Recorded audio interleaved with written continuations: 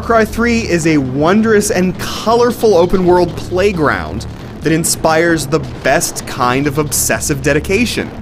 Your map of the 2 huge islands you explore is dotted with various icons, each one inviting you to shoot bad guys, hunt wild animals, and climb to the top of rickety radio towers. This fantastic sandbox is a treat to play in, marred mainly by some frustrating design quirks and an inconsistent story.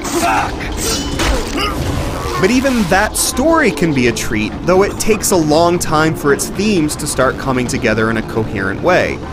In a way, the incoherence makes sense. As protagonist Jason Brody, your initial quest to rescue your friends from a chaotic and truly frightful pirate named Voss turns into a much more personal journey. Those friends are too shallow to care much about, and the game values generic tribal cliches, which keeps the story at arm's length for a good half of the game. You are Rakyat. But his friend's shallowness ultimately allows Jason to take a guilt-free look inwards as he grows further entrenched in a local tribe that takes him under its wing. My older brother has been killed. I need to find my younger brother and 4 other friends. Come with me. You might see the narrative curveballs coming after a while, but the trippy manner in which certain events unfold effectively blurs the lines between reality and Jason's occasionally drug-addled imagination. What are you afraid of? You're a natural. Nevertheless, certain events don't make a lot of sense. The game quickly glosses over an event that would make most of us emotional wrecks. So when Jason says afterwards that dealing with the issue was harder than he thought it would be, his words ring hollow. But Far Cry 3 isn't so much about story as it is about world, and the ways you exploit it for your own personal enjoyment. Story missions have you navigating caves and holding off enemies in a linear fashion, but out in the wilds, you have an entire paradise to tame. You shoot up pirate encampments so you can liberate them and turn them into safe zones where you can load up on ammo.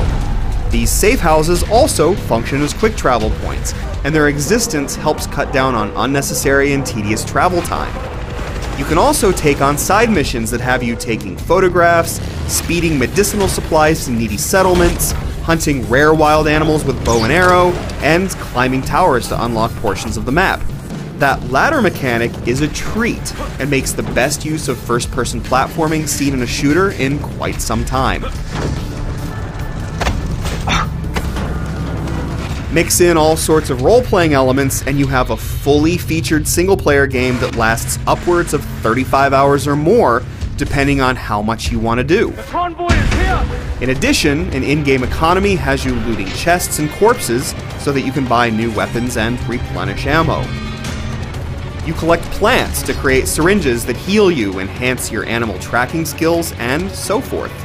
You hunt and skin animals and use their hides to craft new wallets, rucksacks, and other items, which in turn allows you to carry more money, more weapons, and more vendor trash. A game doesn't have to be great just because it gives you a lot to do, but Far Cry 3 does most of what it does extremely well. There's a wide variety of guns to shoot, and they all feel properly hefty and powerful. There are plenty of opportunities to use stealth, and knifing a pirate from behind always feels great. And as you level up and purchase new skills, you can string attacks together in satisfying ways, such as sneakily taking down one henchman and then throwing his knife into another's back in one smooth motion. A few quirks can get you frustrated though. Certain missions feature respawning enemies, which can put a damper on things, especially when you see a small crowd of pirates spawn in plain sight. Dying and respawning at a checkpoint with all the enemies you shot alive, but all the ammo you used to shoot them depleted, is frustrating, as is the game's occasional failure to sense that you're holding down the button that heals you.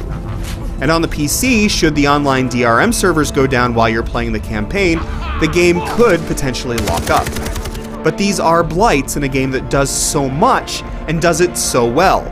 Small touches, like the way animals attack each other and the letters you find on the bodies of dead travelers, make these islands come alive. There's an ecology at work and a sense of history that makes this world both dangerous and compelling. So what zit on Earth's ass did we land on? Can't you tell?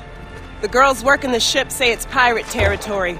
Just tribal shit and blood from here on out. Even more amazingly, Far Cry 3 rounds out an already sizable and quality campaign with a series of cooperative missions that have up to 4 players, shooting enemies and completing mission objectives. With only 2 players, certain encounters can get frustrating, and gunning down bullet-absorbing heavies can be a real slog. But when the action comes together, the impactful gunplay shines, even if the more structured levels might have you missing the freedom of the open island. Competitive multiplayer doesn't feature any surprises, but both the competitive and the cooperative multiplayer feature character progression that can keep you invested, if only to unlock one more skill or one more weapon to bring to the fight.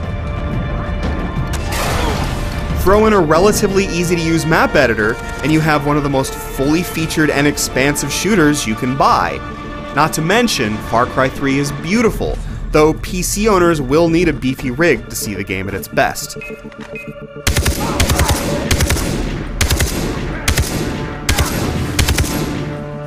So to recap, a big sandbox with great gunplay, tons of activities to keep you busy, creepy villains, well-developed role-playing elements. Oh, and you can set free bears from their cages and watch them attack bad guys, all while you set their marijuana fields on fire. Good times, good times.